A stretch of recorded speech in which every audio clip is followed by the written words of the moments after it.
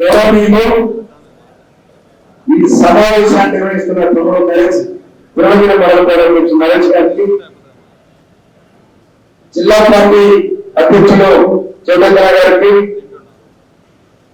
మన కాబోయే పార్లమెంట్ సభ్యులు గౌరవనీయులు చావల కిరణ్ కుమార్ గారికి, మన పట్టుబట్టుగా అభ్యర్థి మూడుగా వరంగల్ ఖమ్మం నల్గొండ ఈ సేవాదళ నాయకులకు, మహిళా కాంగ్రెస్ నాయకులకు, సబ్బండ కాంగ్రెస్ నాయకులకు అందరికీ పేరు పేరున బ్లాక్ కాంగ్రెస్ అధ్యక్షులకు, నా ముందు కూర్చున్న గ్రామ సర్పంచులకు, వార్డు సభ్యులకు, ఎంపీటీసీలకు, జెడ్పీటీసీలకు, ఎంపీపీలకు అందరూ కూడా పేరు పేరున కాంగ్రెస్ నిఖారసైన కాంగ్రెస్ అన్నదమ్ములకు నేను హృదయపూర్వక ధన్యవాదాలు తెలియజేస్తా ఉన్నా. ఇలా అసెంబ్లీ ఎన్నికల రిజల్ట్ ఎప్పుడు వచ్చింది? డిసెంబర్ 3 తారీఖు నాడు. పార్లమెంట్ ఎన్నికల రిజల్ట్ ఎప్పుడు వస్తుంది? ఏం 13 కాదే, ఎన్నికైంది 13, కానీ రిజల్ట్ వచ్చేది ఎప్పుడు? ఏం 4? జూన్ 4. నాదేమో డిసెంబర్ 3 తారీఖున రిజల్ట్. జూన్ 4 తారీఖున తన రిజల్ట్, జూన్ 5 తారీఖున తన రిజల్ట్. ఇక చూసుకుని నా సాయి ఇట్లా అయితే గాలి ప్రజల్లో ఉన్న గాలి ఎక్కడ వస్తే మిత్రులారా, మీ అందరికీ నా హృదయపూర్వక ధన్యవాదాలు. పిలిచిన వెంటనే నేను బీడీ పెడవాడు మళ్ళాన, అయ్యా తమ్ముడ మామూలు మొత్తం అలసిపోయినారు, జరగకూరు తాతీయులు ఏమంటే అన్న ఎల్లుండి పెట్టమని చెప్పాడు. ఎల్లుండి మా మడలపాటి అధ్యక్షులు ఫోన్ పోయిందో రాలేదో గుంపులకు వచ్చేసారు, మీ అందరికి చేతులు ఎత్తానని పెడుతున్నాడు. నిజంగానే చిన్న కార్యకర్తలు కానీ, పెద్ద కార్యకర్తలు కానీ, నా ఎన్నిక కానీ, మన ఎంపీ గారి ఎన్నిక కానీ భుజస్కంధాలను వేసుకొని బ్రహ్మాండంగా నడిపించినందుకు నేను మీకు శిరస్సు వచ్చి నమస్కరిస్తా ఉన్నాను.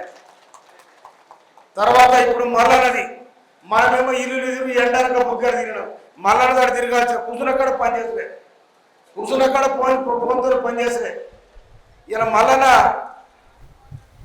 ఆనాడు బీఆర్ఎస్ పార్టీ అంటే బొదలగడ పార్టీ నుంచి పల్లరాజేశ్వరుడు వస్తే పరుగు తీపించడు. మల్లన ఉరుకుతావా లేకపోతే ఈ సంగతి అని ఎంట పడితే కంటి నిద్ర లేకుండా ఉరికాడు. ఎవరు? పల్లరాజేశ్వరరెడ్డి. అయినా కూడా జస్ట్ మిస్ అయిపోయింది. అయినా కూడా మల్లన్న తీర్మానం వాయించాడు. కేసీఆర్కు తీర్మానం వాయించిండు. నువ్వు జైల్లో పెట్టినా, నువ్వు బందీఖానా చేసినా, నీ ప్రభుత్వాన్ని కూడగొట్టాలని శబ్దం చేసిన మొదగాడు తీర్మానం వలన.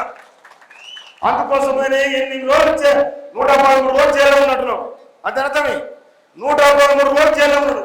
ఒక్క మీడియాకు ఒక్క మల్లన మాటకు భయపడిన సర్కార్ ఇవాళ కోట్లాది మంది తెలంగాణ ప్రజానికం ఇవాళ బీఆర్ఎస్ పార్టీని బొందబెట్టడం జరిగింది.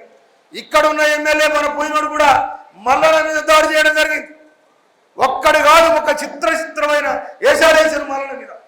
కానీ మల్లన వరకలే ఈ సంగతే చూసుకునే తారీఖుగా నిలబడి నిగ్గదీసిని ప్రశ్నించిన మొరగాడు మల్లన మన. అందుకోసమనే మల్లనకు నేను హృదయపూర్వక మద్దతు ప్రకటిస్తా ఉన్నాం. భుజస్కంధాలను చేసుకొని మన గ్రామాన ఇళ్ళ మండలపాటి అధ్యక్షుల బాధ్యత చాలా ఉంది. మండలపాటి అధ్యక్షులకు ఈ రిపోర్ట్ మీకు స్పష్టంగా ఉన్నది. గ్రామ శాఖ అధ్యక్షులకు ఫోన్లు చేసి నీ ఊర్లో ఎంతమంది గ్రాడ్యుయేట్స్ ఉన్నారు, వాళ్ళ ఫోన్ నెంబర్లు సాయంత్రం పూటరు పొద్దున పూటరు ఆ గ్రాడ్యుయేషన్ ఎంత ఉంటారు? తక్కువనే ఉంటారు.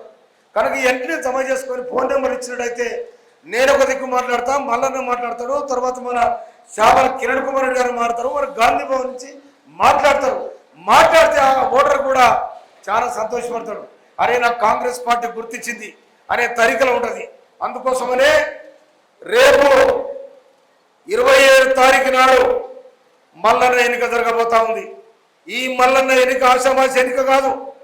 3 జిల్లాలకు నల్లగొండ పోరాటాల గడ్డ, ఓరగల్లు ప్రవాహోద్యమాన్ని నడిపిన గడ్డాలి, ఖమ్మం కత్తులు నూరిన ఖమ్మం గడ్డ. ఈ 3 జిల్లాలకు యుద్ధ వీరుడు బయలుదేరంటే అది మల్లన్నకు ఒక్కరికి సాధ్యమని తప్ప ఎవరి కాదని కూడా మనం చెప్తున్నాం.